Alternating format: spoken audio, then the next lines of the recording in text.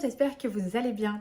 Alors aujourd'hui, on se retrouve pour un format un petit peu particulier que je n'ai jamais fait jusqu'à présent. C'est répondre à une question sous format long sur YouTube. Et la première question à laquelle je vais répondre, c'est pourquoi on ne laisse pas pleurer un bébé pour apprendre à dormir? Moi, je suis Audrey, infirmière clinicienne en périnatalité, fondatrice de la clinique et du centre périnatal Happy Mom and Baby, et je travaille auprès des familles depuis plus de 20 ans. Je donne confiance aux familles, je donne confiance aux parents pour accompagner leurs enfants. Et tout d'abord, je vais vous expliquer d'où vient cette méthode. Donc en fait, à des intervalles réguliers, Richard Ferber recommande de progressivement laisser les pleurs de vos enfants s'éteindre. On ignore volontairement les protestations et les appels à l'aide finalement de nos enfants. Et puis petit à petit, ne vous inquiétez pas, ils ne vont plus vous embêter parce qu'ils vont apprendre à ne plus vous demander de l'aide. Ils vont se résigner et leur comportement va devenir de moins en moins perturbateur. Cette méthode a été mise en place par Richard Ferber en 1999. Alors pour rappel, nous sommes en 2022 et les connaissances que nous avons à notre portée aujourd'hui sont quand même un petit peu plus évoluées que celles de 1999.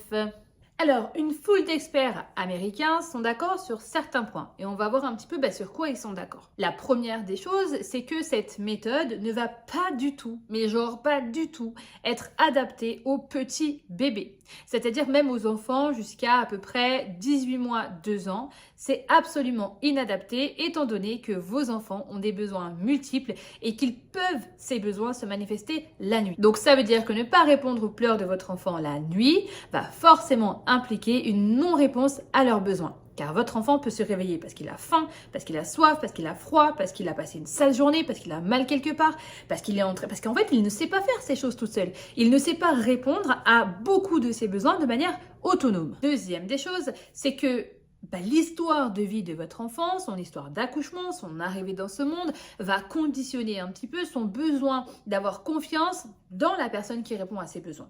Alors, qu'est-ce qui va se passer sur des enfants, par exemple, qui ont eu une naissance un petit peu traumatique? Et sincèrement, je vais vous dire quelque chose.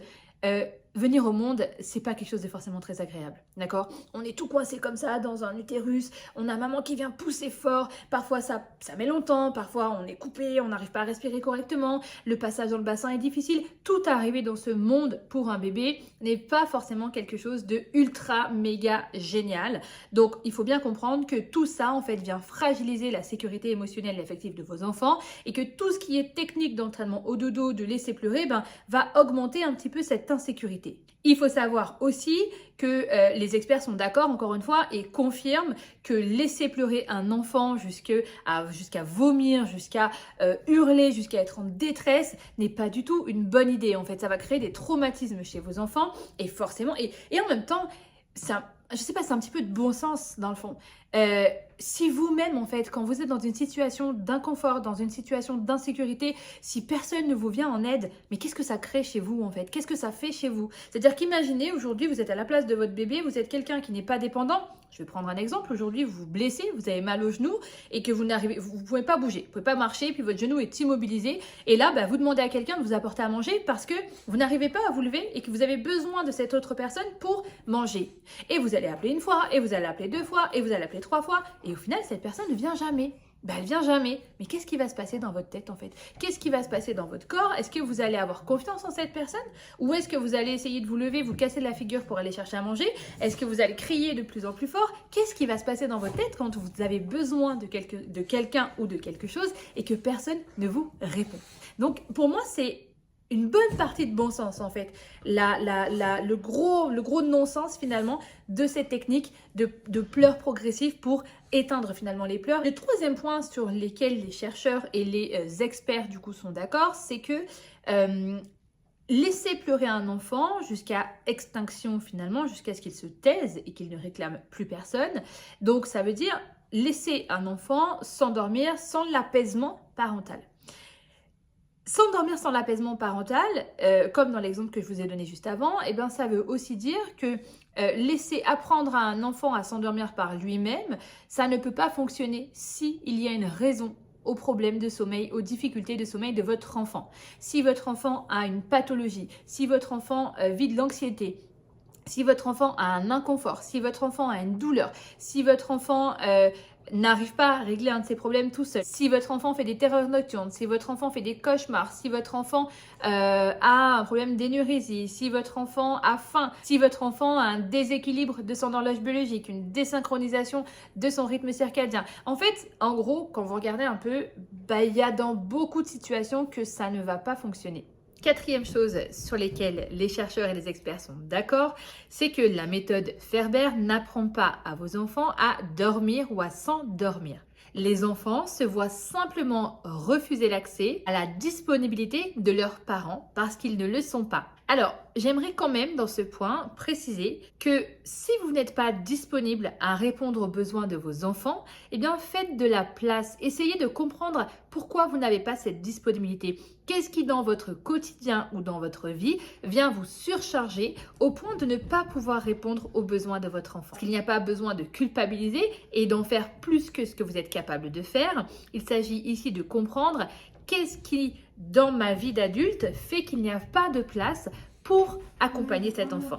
Il est donc important de comprendre qu'est-ce qui, dans votre vie d'adulte, vous prend beaucoup de place en fait, de manière à ne pas pouvoir répondre aux pleurs de votre enfant quand il s'agit de son sommeil. Cinquième point sur lequel nous sommes tous d'accord, et je m'inclus dans le nous parce que je fais partie des professionnels, c'est qu'on manque cruellement d'études comparatives. C'est-à-dire qu'aujourd'hui, il y a plusieurs écoles de pensée sans vraiment de fondement scientifique qui viennent dire que c'est OK, d'autres qui disent que c'est pas OK. Maintenant, il y a des études en 2000-2002 qui ont été faites aux États-Unis et au Canada qui sont d'accord pour dire que quoi qu'il arrive, même si aujourd'hui on n'a pas assez de données pour prouver que ces méthodes sont néfastes pour le développement psycho-affectif de l'enfant, nous sommes d'accord par exemple que les pleurs augmentent l'anxiété, augmentent le stress, favorisent la sécrétion de cortisol et le cortisol sécrété en grande quantité n'est pas quelque chose de favorable à une bonne santé psychique. Nous sommes aussi d'accord que le processus d'induction du sommeil suit des étapes particulière avec une fameuse famille d'hormones qui vont être sécrétées pour induire le sommeil, dont la mélatonine avec la sérotonine qui est une précurseur de la mélatonine, l'ocytocine, l'endorphine, la dopamine, il y a pas mal d'hormones qui rentrent en ligne de compte et le cortisol, la sécrétion de cortisol ou d'adrénaline en grande quantité vient annuler finalement la sécrétion des hormones qui viendraient nous aider à induire le repos. Alors, oui, c'est vrai, aujourd'hui, on n'a pas forcément d'études probantes et assez de données pour étudier, justement, parce que étudier le sommeil, c'est très compliqué. Il faut beaucoup de volontaires et aujourd'hui, on n'en a pas beaucoup. Je ne peux pas vous dire aujourd'hui, telle étude a prouvé que. Il y a des recherches, par contre, il y a des sciences qui sont arrivées, comme les neurosciences.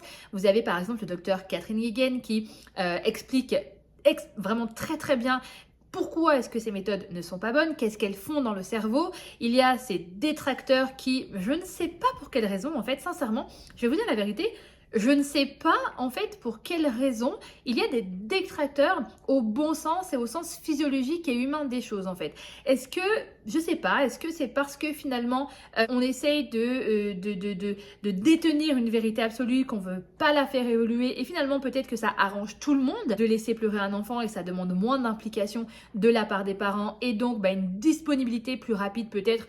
On a envie de se poser la question au travail, autre chose, je ne sais pas. Je me pose la question parce que vraiment, dans tout ce qui a été rapporté, dans toutes les recherches, dans tout ce qui est neurosciences, dans tout ce qu'on a fait recherche sur les pleurs, l'impact des pleurs du nouveau-né, les pleurs provoquées, je parle bien des pleurs provoquées. C'est important de comprendre qu'on parle de pleurs provoquées, de pleurs intentionnelles qu'on vient provoquer. C'est-à-dire que là, on fait exprès de laisser pleurer son enfant pour lui apprendre quelque chose. On est très très loin des pleurs quand je vais me laver, que mon enfant est impatient et qu'il a besoin de moi et que je suis pas disponible dans l'instant. On parle de ces techniques d'extinction des pleurs qui poussent le parent à ne pas être disponible envers son enfant. Il faut bien faire la nuance, c'est très important. Alors, on est bien d'accord que effectivement, il y a peu d'études qui vont être possibles et qui vont montrer que le côté néfaste de ces méthodes d'entraînement au dodo.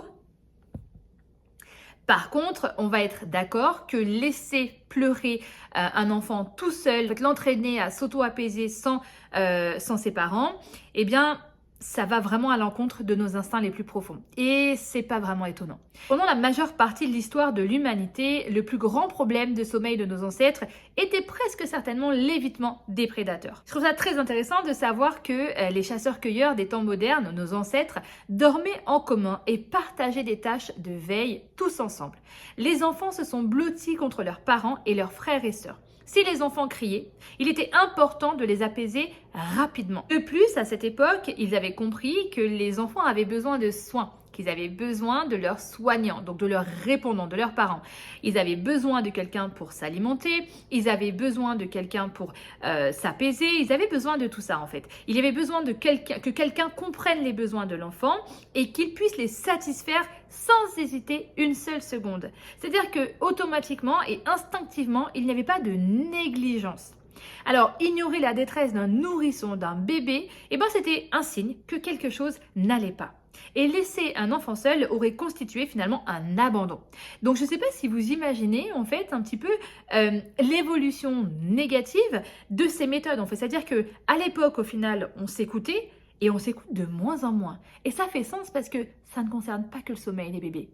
On parlera de ça une prochaine fois.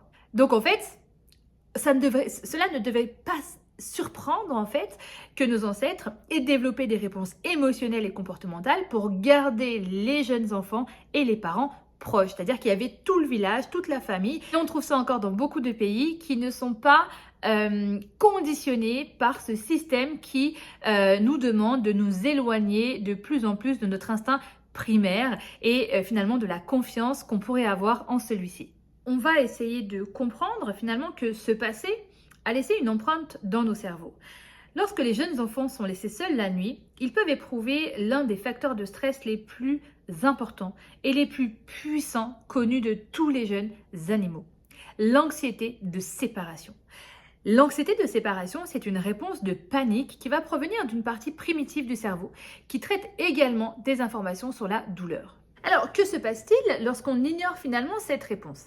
Qu'est-ce qui se passe lorsque les parents agissent comme s'ils étaient insensibles, comme la méthode Ferber finalement vous le recommande? Comment est-ce que ça va affecter le système de réponse au stress? Le développement des relations d'attachement, des compétences émotionnelles et des traits de la personnalité sont atteints. Et dans ce contexte, je pense qu'il est important de garder à l'esprit que nous ne pouvons pas supposer que tout va bien parce que bébé ne pleure pas. Et c'est ça la nuance.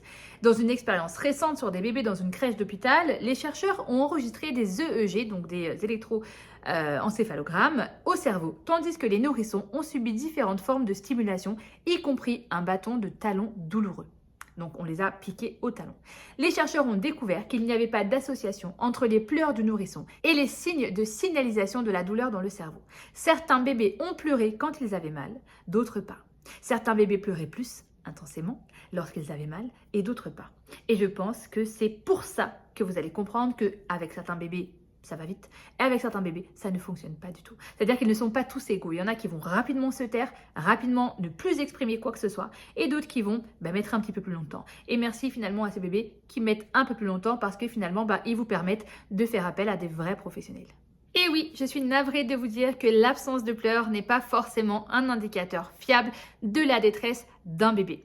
La même chose pourrait être vraie chez les bébés subissant un entraînement au sommeil. Lorsque les bébés cessent de pleurer, est-ce que cela pourrait indiquer qu'ils ne sont plus en détresse ou cela pourrait tout simplement indiquer qu'ils ont renoncé à essayer de signaler à un soignant, à un répondant, à un parent, qu'ils ont besoin de quelqu'un, tout simplement. Ces questions concernent un large éventail de parents, de pédiatres, de chercheurs, de thérapeutes. Par exemple, on a Sears en 96, on a Commons, on a Myler en 98, on a Sunderland en 2006. Et comme indiqué précédemment, nous avons besoin de plus de recherches pour répondre à ces questions. Mais pourquoi ? Pourquoi la recherche n'a-t-elle pas encore réglé ce problème ? Si vous avez suivi dans les médias populaires, surtout aux États-Unis, vous avez peut-être l'impression que la controverse est terminée. Des études n'ont-elles pas démontré que l'extinction progressive est un moyen sûr et gratuit de résoudre les problèmes de sommeil d'un enfant ? La réponse est non. La raison est simple. Actuellement, nous manquons simplement d'études qui répondent à nos critères de conception. Nous manquons d'études qui vont nous permettre de prouver que ces méthodes ne sont pas bénéfiques. C'est tout. Par exemple, il y a une étude qui a été très vantée dans les médias qui a suivi à peu près 250 nourrissons australiens sur une période de 5 ans. C'était en 2007. Eh bien, cela semble très prometteur, mais il y a un problème. Cette étude, en fait, elle n'est pas réellement testée sur les effets de la méthode Ferber. Les parents qui ont participé à cette intervention ont reçu de multiples conseils. On leur a enseigné des habitudes de sommeil des bébés, on leur a demandé d'améliorer le sommeil de nourrisson en ajustant le moment des repas, on leur a conseillé de mettre des bébés au lit pendant qu'ils étaient encore éveillés, ils ont encore été affectés, ils ont été en fait jumelés avec une infirmière qui les a entraînés à gérer les problèmes de sommeil. Donc en fait, les parents, ils ont été encouragés à choisir l'un des 2 programmes de formation du sommeil, l'extinction progressive et une approche alternative qui n'impliquait pas de pleurs de bébé tout seul. Donc au final, ce qui nous intéressait, ce qui nous préoccupait pour les critiques, c'est en fait que les bébés soient laissés tout seuls et qu'il n'y ait personne qui répondait à leurs besoins. Finalement, ça n'a pas été contrôlé parce qu'on n'a pas eu assez de données et qu'on n'a pas posé les bonnes questions aux parents. Donc cette étude, en fait, elle est clairement pas fiable. Toute elle qu'on vous balance sur les réseaux, etc., elle n'est clairement pas fiable. Donc pour vous dire en fait que les gens font ce qu'ils veulent, du moment que ça les arrange, ils vont médiatiquement, et puis en plus c'est des gens qui ont ce pouvoir médiatique que nous n'avons pas. Les soignants, on est d'accord que c'est rare qu'on ait un pouvoir médiatique, c'est très très rare qu'on arrive à arriver sur la scène médiatique et pouvoir passer des informations fiables, parce que finalement on fait faire un petit peu trop d'économies aux familles. Le sommeil, lui, il fonctionne d'une manière physiologique, c'est-à-dire que vous n'avez pas beaucoup de pouvoir sur le fait qu'il avance plus vite, que le sommeil de votre enfant mature plus vite que quelque chose d'autre en fait. Vous ne pouvez pas faire en sorte par exemple que votre enfant marche avant qu'il ne soit capable de le faire. Pour le sommeil, c'est la même chose. Ce n'est pas possible que vous décidiez vous-même de quand votre enfant saura répondre à ses besoins par lui-même ou pas. Alors il va y avoir des choses que vous allez pouvoir faire qui vont aider vos enfants et qui vont aider surtout leur système circadien, qui vont aider leur processus physiologique du sommeil, comme par exemple diminuer les stimulations, diminuer la lumière, favoriser l'obscurité, travailler sur leur routine, connaître, comprendre le sommeil de votre enfant, savoir comment il fonctionne, quelles sont les routines qui vont favoriser son sommeil, quel est le contexte favorisant son sommeil. Tout ça, ça s'apprend. Et c'est important parce que c'est des fois uniquement les seuls réajustements et rééquilibrages qui sont nécessaires pour vos enfants et pour rééquilibrer leur sommeil et faire en sorte que leur sommeil soit beaucoup plus facile, serein et moins difficile pour vous. Parce que n'oubliez pas, c'est surtout pour vous que c'est difficile la plupart du temps. Alors vous allez me dire, ok d'accord Audrey, c'est génial, maintenant je sais tout ça, les études, etc. Qu'est-ce que je fais quand mon bébé ne veut pas dormir et qu'il pleure? Eh bien, je répète depuis des années et des années et des années, comprenez ce qui se passe avec votre enfant.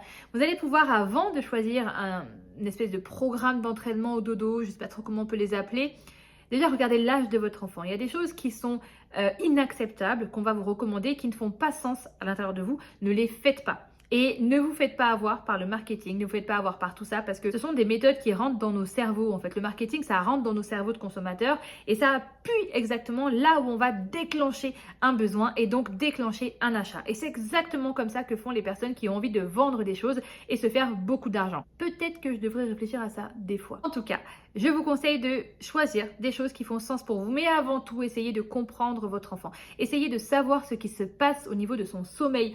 Essayez de vous dire, ok, est-ce que vraiment mon enfant fait exprès? Est-ce que mon bébé fait exprès de pleurer pour que je le prenne? Ou est-ce que quand je le prends, ça lui fait du bien? Et c'est pour ça aussi que je suis là. Je suis là pour répondre à ses besoins. Est-ce que mon bébé a un problème pathologique? Qui dit pathologie égale professionnel de santé. Donc ça veut dire que je fais évaluer le sommeil de mon enfant par un professionnel de santé qui est formé et sensibilisé surtout et qui a mis à jour ses connaissances et qui ne va pas vous dire « Ah mais un bébé ça pleure, hein, de toute façon laisse-le pleurer, il va se faire les poumons ». On oublie ça, c'est de refuser. On doit refuser ce genre de réponse parce que ça n'a aucun sens encore une fois. Et quand je pense de sens, je pense à l'instinct. Pensez aux gens avant. Et bien naturellement, ils répondaient aux besoins de leur enfant. Ne vous éloignez pas de votre instinct primaire, ne vous éloignez pas de vos compétences parentales. Vous savez au fond de vous qu'il y a quelque chose. Ce que vous ne savez pas, c'est quoi? Vous ne savez pas qu'est-ce qu'il y a. Et qui peut vous aider? Eh bien, c'est nous, eh bien, c'est moi, eh bien, c'est toutes les personnes qui sont formées et qui vont être capables de prendre le temps d'évaluer le sommeil de votre enfant. C'est très long, c'est au moins 45 minutes de faire un recueil de données précis pour comprendre ce qui se passe avec un bébé au niveau de son sommeil. Mais ne tombez pas dans des techniques d'entraînement au dodo maintenant que vous savez tout ça sur la méthode Ferber qui est la maman et le papa de tous ces coachs et consultants au sommeil qui vont vous demander effectivement de ne pas négliger en fait et de ne pas répondre aux besoins de votre enfant, surtout à ses pleurs. Et oui, ça va marcher. Oui, ça va fonctionner. Votre enfant va apprendre à se résigner, va apprendre à ne pas pouvoir compter sur vous. C'est tout ce qu'il va apprendre et avec un petit peu de chance, il n'y aura pas de grosses conséquences à l'avenir. Et sinon, effectivement, vous allez insécuriser le développement de votre enfant et vous allez voir que tout ce qui est tempête émotionnelle, tout ce qui est confiance, tout ce qui est estime, malheureusement, il va en manquer un petit peu parce que l'enfant aura appris à se résigner et pas à développer sa confiance en une autre personne, à savoir ses parents. Et vous êtes les premières personnes qui allez permettre à un enfant de se développer et d'avoir confiance dans le monde extérieur qui l'attend. C'était une vidéo très longue, pas du tout comme d'habitude. J'avais envie de donner beaucoup de détails, j'avais envie d'aller un petit peu plus loin, j'avais envie de vous donner des outils de compréhension. C'est pour ça que du coup j'ai voulu faire cette vidéo. C'est vraiment pour que vous compreniez un petit peu. Moi j'ai fait mes recherches, mes sources en fait, c'est vraiment mes recherches, mes formations, tout ce que j'ai fait. Je vais essayer de vous en donner un maximum. La plupart du temps c'est en anglais. J'ai traduit beaucoup de choses. Et j'ai fait toutes ces recherches-là pour être capable de vous transmettre des informations fiables et comprendre d'où vient cette méthode. Ça, c'est né aux États-Unis et ça a été transmis finalement, ça a complètement convenu à notre mode de vie en France, surtout après-guerre, parce que finalement, la société un petit peu matriarcale, en tout cas, les mères, les femmes ne pouvaient plus, n'avaient plus cette disponibilité de rester auprès des enfants. Et donc, finalement, ce genre de choses qui arrivaient des États-Unis, ça faisait sens parce qu'on disait, ok, moi je suis pas disponible, il existe quelque chose chez les autres là-bas, puis ça a l'air toujours mieux chez les autres, pourquoi je vais pas le faire ici avec mon bébé? Parce que comme ça, il pourra se passer de moi. Et n'oubliez pas que la démarche, elle est là. Vous apprenez à votre enfant à se passer de vous. Vous n'apprenez pas l'autonomie de votre enfant. Donc si ça vous intéresse, je vous ferai une vidéo sur l'autonomie encore un peu plus en détail pour comprendre à quel moment on va pouvoir accompagner le sommeil d'un bébé et surtout l'autonomie du sommeil d'un enfant pour comprendre tous les mécanismes dans le cerveau, pour comprendre, etc. exactement c'est quoi les enjeux de cette autonomie. Donc si ça vous intéresse, dites-moi-le en commentaire, je le ferai si vous êtes toujours là parce que c'était un petit peu long. Et sinon, n'oubliez pas de vous abonner à ma chaîne YouTube, à mon compte Instagram pour encore plus de contenu, plus de conseils et surtout posez vos questions. Je vous réponds en commentaire si vous en avez. Bisous, bye bye.